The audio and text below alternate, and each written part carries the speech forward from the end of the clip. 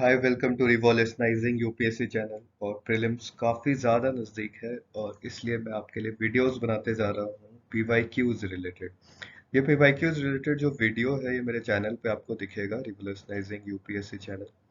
यहाँ पे जब आप जाइएगा तो प्लेलिस्ट पे आप जाइए, और प्लेलिस्ट पे जैसे ही आप जाइएगा तो वहाँ पे how to score high in prelims आपको यहाँ पे दिखेगा। इसमें मैंने करीब 18 वीडियोस बनाए हैं जो already these videos are very helpful for serious aspirants. और ये वीडियोस के लेंथ भी ज़्यादा नहीं है, मुश्किल से ये 8 से 10 मिनट के एवरेज लेंथ पे ये वीडियोस है। तो आप जाके इन 18 वीडियोस को ज़रूर से देखिए ताकि आपको एक पिक्चर मिलेगा कि हाउ टू एनालाइज, कैसे पहले प्रायोरिटी जो है, the first priority is always your knowledge.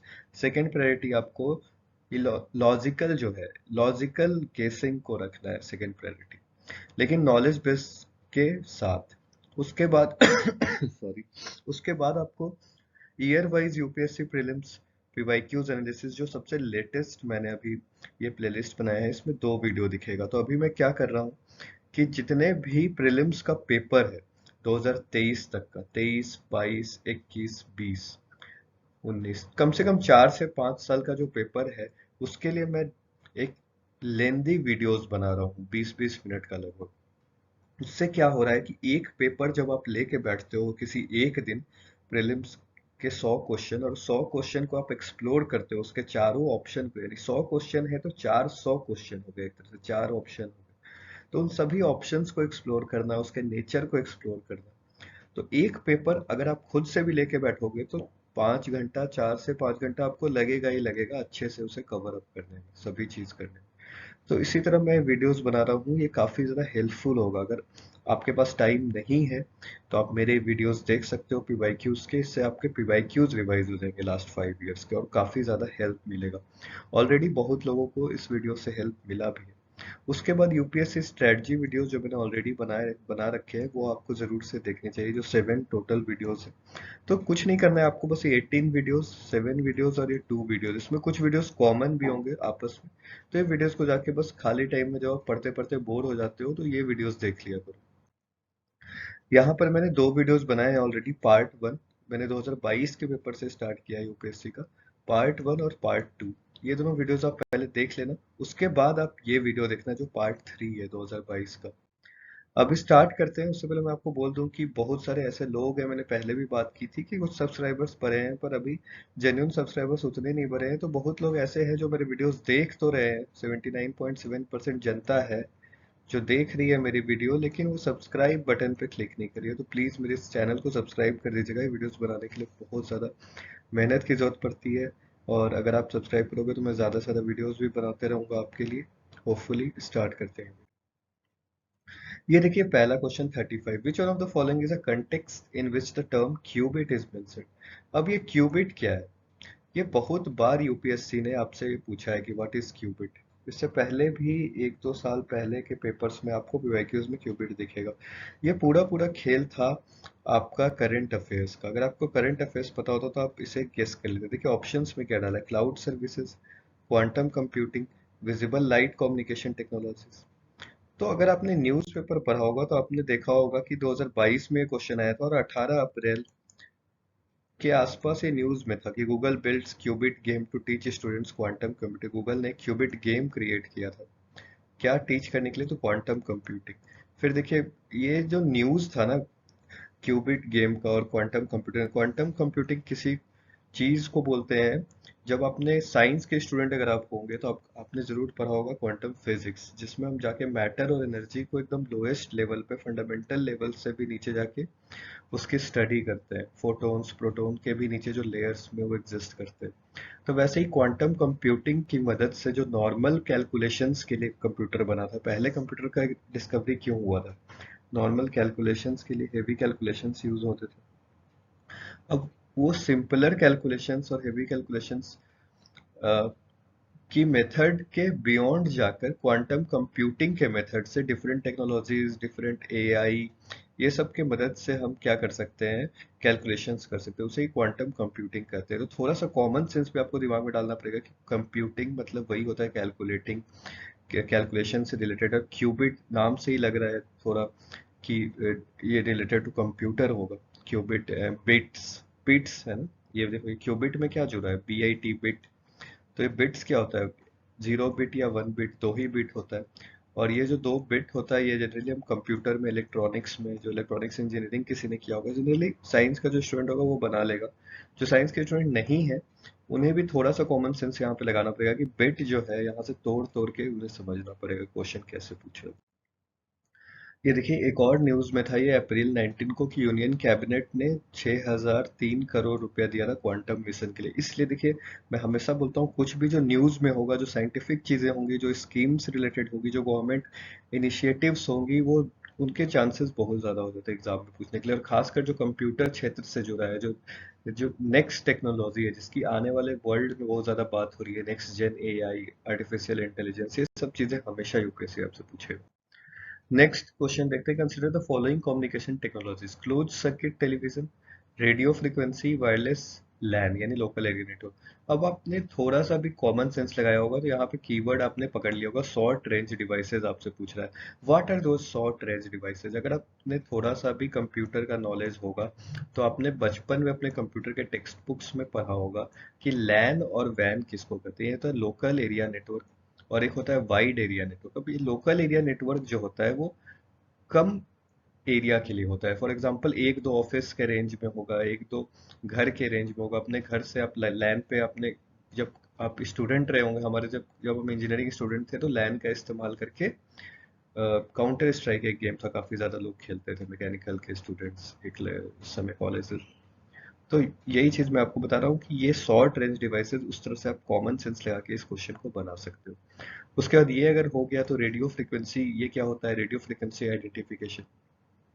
अब आपने देखा होगा, आप सामान खरीदने जाते हो मॉल में तो कोई जो मान लीजिए सर्फ का पैकेट है तो सर्फ के पैकेट पे एक टैगलाइन जुड़ा रहता है, बार कोड जिसे हम बोलते हैं, ब्लैक ब्लैक बार कोड होता है।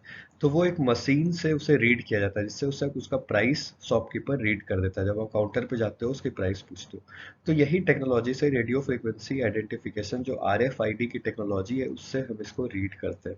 ये भी अच्छी नई टेक्नोलॉजी है जिसका हेल्प हमेशा किया जाता है, लिया जाता है। तो फॉर एग्जांपल ये भी शॉर्ट रेंज से होगा। फिर आएगा आपका क्लोज सर्किट टेलीविजन। ये भी आपका जनरली क्लोज सर्किट टेलीविजन किसको बोलते हैं, हम CCTV को बोलते हैं। अब CCTV जनरली आपने देखा होगा कि सब अपने घर के आसपास लगाते हैं, मोहल्ले में लगाते हैं। और ये भी शॉर्ट रेंज होता है। ऐसा तो होता नहीं है कि इंडिया में लगा दिया और पाकिस्तान के खबरें आपको नज़ारे दिख रहे हैं, तो ऐसा नहीं होता है। तो ये भी शॉर्ट रेंज होता है। तो इसका आंसर 1 2 एंड 3 हो जाएगा। तो इन क्वेश्चंस को सॉरी बनाने का मेरा यही मकसद है कि कैसे आप ये चीज देखो कि शॉर्ट रेंज डिवाइसेस आपसे पूछ रहा है यूपीएससी। और शॉर्ट रेंज डिवाइसेस में CCTV हो गया, RFID हो गया, वायरलेस लोकल एरिया नेटवर्क हो गया, इस तरह की चीजें आपसे जानने की कोशिश कर रहा है। तो आपको घबराना नहीं है एग्जाम में। कीवर्ड्स हमेशा आइडेंटिफाई करने हैं कि कीवर्ड्स क्या है क्वेश्चन में, उसके बेसिस पे आपको सॉल्व करना है। अब देखिए ये प्रोबायोटिक्स के ऊपर क्वेश्चन पूछा था, consider the following statements in respect of probiotics.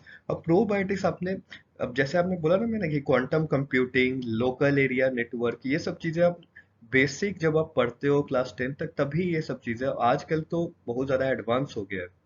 मतलब जब मैं 90s के बच्चों की बात करूंगा तो उस समय ये चीजें उतना ज्यादा हम नहीं पढ़ते थे। पर आजकल जो बच्चे आ रहे हैं, मतलब जो 2000 के बाद के डेट ऑफ बर्थ है, उन्हें तो ये सब चीजें काफी ज्यादा रियल लाइफ में भी देखने को मिलता है। उन्हें वो फैमिलियर होते हैं इन सब चीजों से। तो अब देखिए प्रोबायोटिक्स।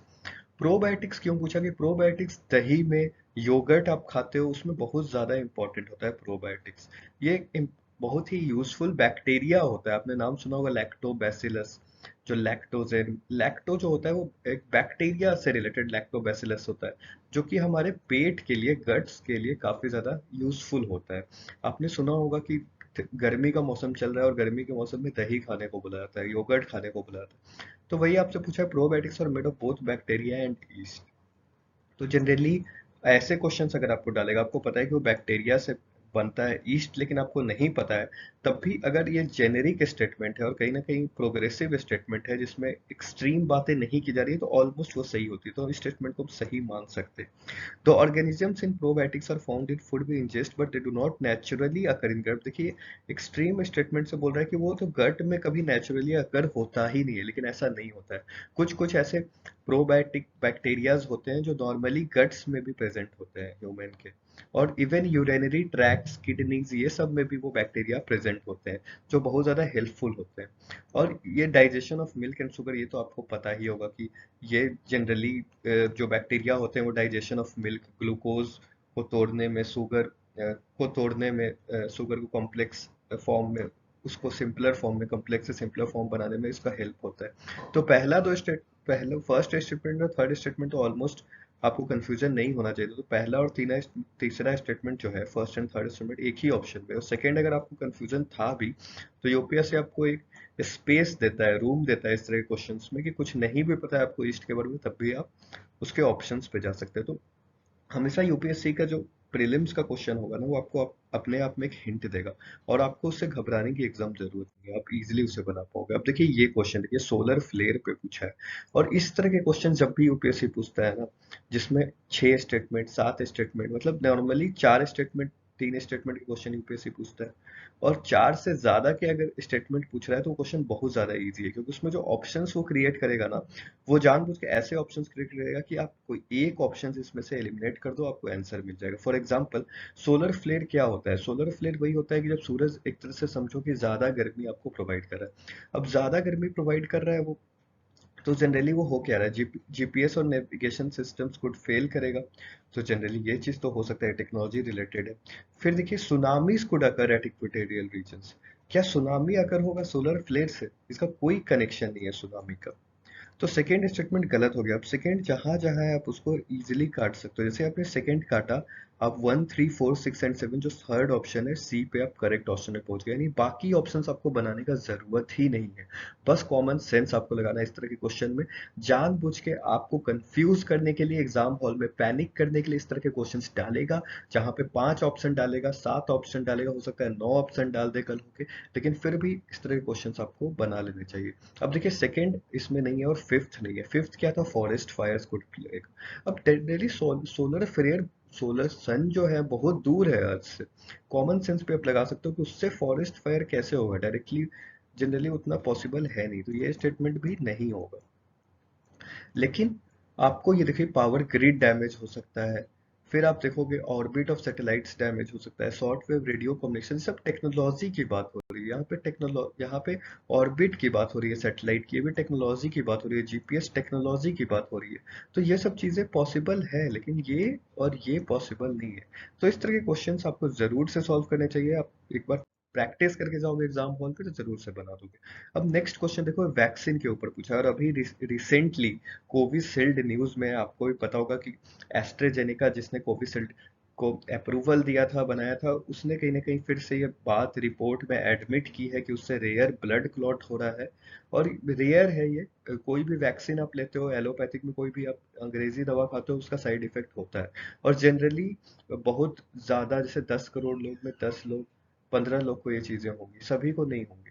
तो जनरली होगा क्या कि कोविड 19 का जो वैक्सीन अभी न्यूज में है, तो उसमें फिर से क्वेश्चन बनने की संभावना, प्रोबेबिलिटी ज्यादा हो जाएगी। तो ये क्वेश्चन क्यों पूछा था इसमें, जनरली आपसे बस ये जानना चाह रहा था कि कोविड 19 से रिलेटेड वैक्सीन जो है उसका आपको पता है कि नहीं, कि वो किस तरीके से बना है। फॉर एग्जाम्पल, कोविशील्ड को सेरम इंस्टीट्यूट ने बनाया था, ये स्टेटमेंट डाला है। और उसके बाद ये डाला है कि यूजिंग mRNA प्लेटफॉर्म से बना था। नहीं, ये यूजिंग mRNA प्लेटफॉर्म से वैक्सीन नहीं बना था।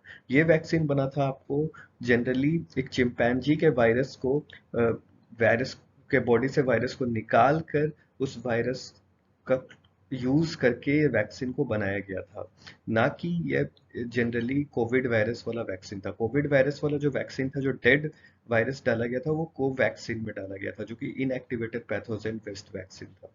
ये स्टेटमेंट सही था। तो किस तरह से बनाया, सिर्फ आपसे ये पूछ रहा है, लेकिन फर्स्ट स्टेटमेंट आपसे गलत था। तो फर्स्ट जैसे ही आप कैंसिल करोगे, आप 2 एंड 3 पे चले जाओगे। और 2 में है स्पुतनिक, जो रशिया का वैक्सीन था, मैन्युफैक्चर यूजिंग वेक्टर बेस्ड। देखिए, इसमें भी आपसे पूछा है वेक्टर बेस्ड किस मेथड से बना है। तो आपको वैक्सीन जब भी पूछेगा तो इन वैक्सीन के मेथड क्या है आपको जाके पढ़ना है, कौन से इंस्टीट्यूट ने इसको बनाया। फॉर एग्जाम्पल, कोवैक्सीन को भारत बायोटेक ने बनाया था। तो जनरली इस तरह से चीजें आपको पढ़नी है, कौन से प्लेटफॉर्म से, कौन से टेक्निक से वो बना है, क्या कौन से वैक्सीन में डायरेक्ट डेड वायरस डाल दिया गया, जैसे कोवैक्सीन में डायरेक्टली कोविड का ही जो कोरोना वायरस था उसका डेड वर्जन डाल दिया गया था, लेकिन कोविशील्ड में ऐसा नहीं डाला गया था। उसमें चिंपैंजी के वायरस को यूज करके उस वैक्सीन को बनाया गया था। तो ऐसे ही अभी न्यूज में है करंट अफेयर्स में, तो ये काफी इंपॉर्टेंट हो जाता है। AstraZeneca admits that rare blood clot risk with Covishield. इस तरह से हार्ट अटैक और ये सब चीजें आ सकती है, ब्रेन हैमरेज, ये सब चीजों की संभावना, प्रोबेबिलिटी बढ़ गई है। लेकिन काफी रेयर है, आपको घबराने की जरूरत नहीं है। इस तरह की न्यूज जब भी आते हैं, ऐसा नहीं है कि सभी लोगों को ये हो जाएगा, बहुत ही रेयर पॉसिबिलिटी होती है, वैक्सीन की साइड इफेक्ट्स होती ही है। तो अब नेक्स्ट क्वेश्चन में आपसे क्या पूछ रहा है कि rain forest and tropical forest के बारे में। और rain forest and tropical forest की जब बात आती है तो हमें पता है कि जो 0 डिग्री इक्वेटर होता है, भूमध्य रेखा 0 डिग्री इक्वेटर से ऊपर इंडिया लाई करता है। और इंडिया में भी जनरली वेस्टर्न घाट का जो रीजन है और नॉर्थ ईस्ट का जो रीजन है, वहां पे हमें रेन फॉरेस्ट देखने को मिलता है, जो एवरग्रीन फॉरेस्ट होता है।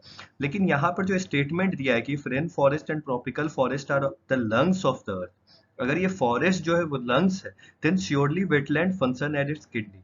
तो वेटलैंड क्या रोल प्ले करता है? किडनी का। और which one of the following functions of wetland best reflects the above statement. यानी ये सभी स्टेटमेंट जो है वो कहीं ना कहीं सही है। इन सभी स्टेटमेंट्स को आप गलत नहीं मान सकते हो, लेकिन इन सभी स्टेटमेंट्स में जो अप्रोप्रिएट स्टेटमेंट है वो आपसे पूछ रहा है। तो जनरली आपको ऐसे क्वेश्चन जब वो पूछेगा, पैराग्राफ वाले क्वेश्चन, तो उसमें आपको दिमाग ज्यादा नहीं लगाना है, आपको बस कीवर्ड्स आइडेंटिफाई करने। अब किडनी आपने कीवर्ड यहाँ पे आइडेंटिफाई किया, वेटलैंड आइडेंटिफाई किया। किडनी का मेन काम क्या होता है ह्यूमन बॉडी में? किडनी का जो मेन काम होता है एब्जॉर्व करना होता है। वैसे ही यहाँ पे आप देखो एब्जॉर्व किस में लिखा है, aquatic plants absorb heavy metal and excess nutrients. तो एब्जॉर्प्शन का जो काम है वो किडनी करता है, तो ये ऑप्शन आपका डी जो ऑप्शन है वो करेक्ट हो जाएगा। बाकी भी आप स्टेटमेंट पढ़ो एक बार। वाटर साइकिल इन वेटलैंड्स ये भी काम करता है, algae from the nutrient base ये भी करता है, wetland plays a wider role in maintaining sedimentation, ये सब सब करता है, सॉइल स्टेबलाइजेशन करता है, सेडिमेंटेशन करता है, इकोसिस्टम को बूस्ट करता है, फिशेज, क्रस्टेशियंस, मोलस, ये सब की पॉपुलेशंस को थ्राइव करवाता है। लेकिन जो मोस्ट इंपॉर्टेंट काम है किडनी का वो होता है absorption of nutrients in human body. और यहाँ पर वेटलैंड जो है वो एक्वेटिक प्लांट्स एब्जॉर्व करता है heavy metals and excess nutrients.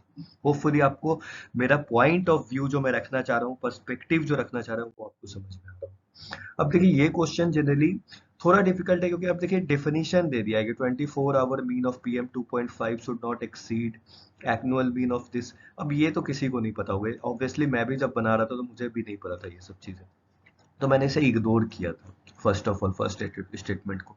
आगे मैं क्या देखा कि मुझे कुछ और आ रहा है कि नहीं, तो मैंने थर्ड स्टेटमेंट जनरली जंप किया और यहाँ पर देखा कि PM10 can penetrate the lung barrier enter the blood stream. अब इतना मुझे पता था कि दो तरह का पार्टिकुलेट मैटर होता है, एक PM2.5 होता है और एक होता है PM10। अब 2.5 और 10 में डिफरेंस मुझे पता था कि 2.5 जो है ये छोटा पार्टिकल होता है और ये बड़ा पार्टिकल होता है। तो पेनिट्रेट कौन सा पार्टिकल ज्यादा करेगा? जो छोटा हो। तो आपको कॉमन सेंस यहाँ पे लगाना था। और आप जब टेक्स्ट बुक पढ़ोगे, शंकर आईएएस की या फिर एनवायरमेंट के कोई भी नोट्स पढ़ोगे, कहीं से भी आप पढ़ते हो, तो वहां पे आपको पता होगा कि 2.5 पेनिट्रेट करता है लंग के अंदर, ज्यादा खतरनाक होता है PM2.5 10 से। इसलिए बोला जाता है कि जहाँ पे जिस सिटी में कंस्ट्रक्शन चलते रहता है, धूल चलते रहता है, जैसे पटना में, अभी मैं हूँ पटना में, मेट्रो का काम चल रहा है, तो धूल बहुत ज्यादा है। तो धूल कण में PM2.5 ज्यादा होगा और वो ज्यादा खतरनाक है, इवन सिगरेट से भी ज्यादा खतरनाक होता है लंग्स के लिए। तो थर्ड स्टेटमेंट आपका गलत हो जाएगा। थर्ड जैसे ही आपका गलत होगा, आपके पास 1 और 4 है, 1 और 2 बचा, तो 1 स्टेटमेंट आपका सही हो गया। अब यूपीएससी ने आपको डिफिकल्ट स्टेटमेंट जरूर दिया था, लेकिन ऑप्शन एलिमिनेशन के थ्रू 1 स्टेटमेंट को आपको जानने की जरूरत भी नहीं थी। यही चीज मैं कहना चाह रहा हूँ। इस पीवाईक्यूज का इतना जो मैं मेहनत कर रहा हूँ, 3-4 वीडियोस आपको बना रहा हूँ, अगर ये मोटो आपको समझ में आ रहा है तो ये वीडियो सक्सेसफुल होगा। आप सब्सक्राइब करो, आपको और वीडियोस मिलेंगे, आप मुझे थैंकफुल करोगे। और आगे जब आप खुद से भी बनाते हो तो आपका कॉन्फिडेंस काफी बूस्ट होता है एग्जाम हॉल में जाने से पहले। अब सेकंड स्टेटमेंट देख लो एक बार और फोर्थ देख लो। In year the highest level of ozone pollution occur during the period of inclement weather, excessive ozone in the air can trigger asthma. अब ये तो आपने ओजोन के बारे में पढ़ा ही होगा और एकदम सही स्टेटमेंट है, तो कोई कंफ्यूजन नहीं होना चाहिए, 1 और 4 आंसर हो जाए।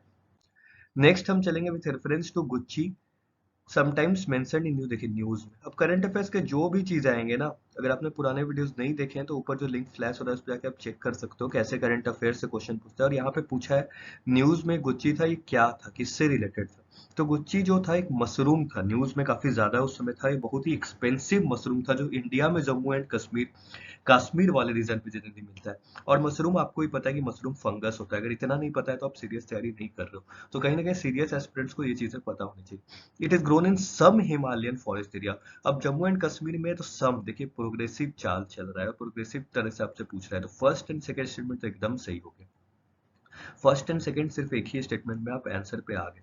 लेकिन आगे देखते हैं, it is commercially cultivated in the Himalayan foothills of north east India, लेकिन नहीं, ये नॉर्थ ईस्ट इंडिया वाले पार्ट पे जनरली नहीं पाया जाता है, ये कश्मीर वाले पार्ट पे आपको देखने को मिलेगा। ये न्यूज में भी था, आप देखो जीआई टैग दिया साउथ किया गया था for India's costliest mushroom Gucci from Jammu and Kashmir. देखिए 20,000 रुपए किलो कहीं ना कहीं ये बिकता है। और Gucci heir says House of Gucci narrative inaccurate, gucchi mushrooms expensive delicious and full of, sorry for the voice, जैसे मोटर से टैंक भर के, gucchi is known to be one of the most expensive mushrooms.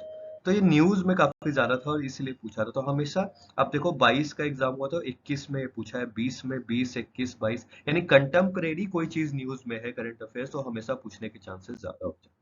इसके फोटो भी आप देख सकते हो, इस तरह का दिखता है। आपको पता होगा कि मशरूम एक फंगी होता है, फंगस होता है।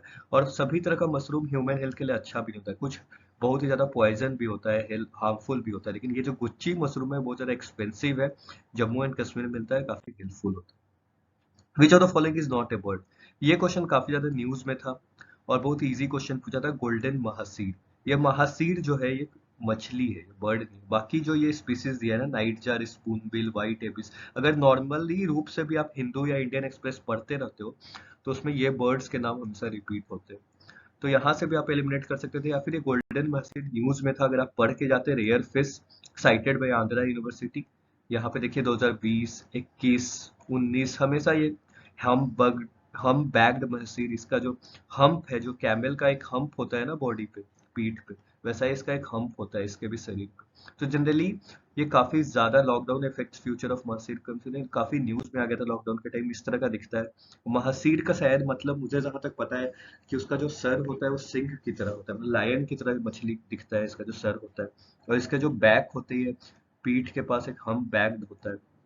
तो इस तरह का गोल्डन मैसेज न्यूज में था। अब देखिए, ये देखिए मेवा की मेथड आपसे पूछा था। मेवा की मेथड काफी ज्यादा न्यूज में था। आपको ही पता है कि ये कम एरिया में जनरली बड़े फॉरेस्ट, बड़े ट्रीज प्लांट करने का तरीका है। Creation of mini forest in urban areas इसका करेक्ट आंसर था, और ये भी न्यूज में था। देखिए, they grow fast and easy but do Miyawaki forest, एक जापानीज टेक्निक है। और ये देखिए अप्रैल में आया था, न्यूज में हमेशा रहता था, इसलिए आपसे पूछा था। ये देखिए इस तरह से छोटे छोटे एरिया में, छोटे छोटे गमले में बड़े बड़े प्लांट्स को लगाना, ये अर्बन एरियाज में, मुंबई में काफी ज्यादा आजकल पॉपुलर है, बड़े बड़े सिटीज में काफी ज्यादा पॉपुलर है। तो इस तरह के क्वेश्चंस आपसे यूपीएससी पूछता है। इसमें मैंने 50 तक क्वेश्चन 1 से लेके क्वेश्चन 50 तक 2022 का जो पीवाईक्यूज है यूपीएससी का, वो मैंने आपके लिए सॉल्व किया है, और काफी डिटेल में आपके लिए सॉल्व किया है। ये वीडियोस बनाने में काफी मेहनत लगती है। इवन मेरा सोर्स ऑफ इनकम भी अभी कुछ नहीं है, कि मैं जहाँ पढ़ा रहा था वहाँ से अचानक से कोचिंग सेट डाउन हो गया, ये सब चीज़ें हो रही है। फिर भी मैं आपके लिए वीडियोस लगातार लेके आ रहा हूँ, ताकि मैं चाहता हूँ कि मेरे समय में ये सब चीज़ें किसी ने बताया नहीं था, मैंने खुद से ये सब चीज़ें, कोई कोचिंग नहीं की थी, खुद से ये सब चीज़ें इवॉल्व की थी, सीखी थी। तो ये कहीं ना कहीं आपके मदद में आ जाए तो ये चैनल बनाना मेरे लिए सक्सेसफुल हो जाएगा। जो मैं वीडियोस बनाता हूँ ये सब आपके लिए हेल्पफुल वीडियोस इसी के लिए बनाता हूँ। तो होपफुली आपको ये वीडियोस पसंद आ रहे होंगे। कंटिन्यू रहिएगा, जुड़े रहिएगा इस चैनल से, और भी वीडियोस आपको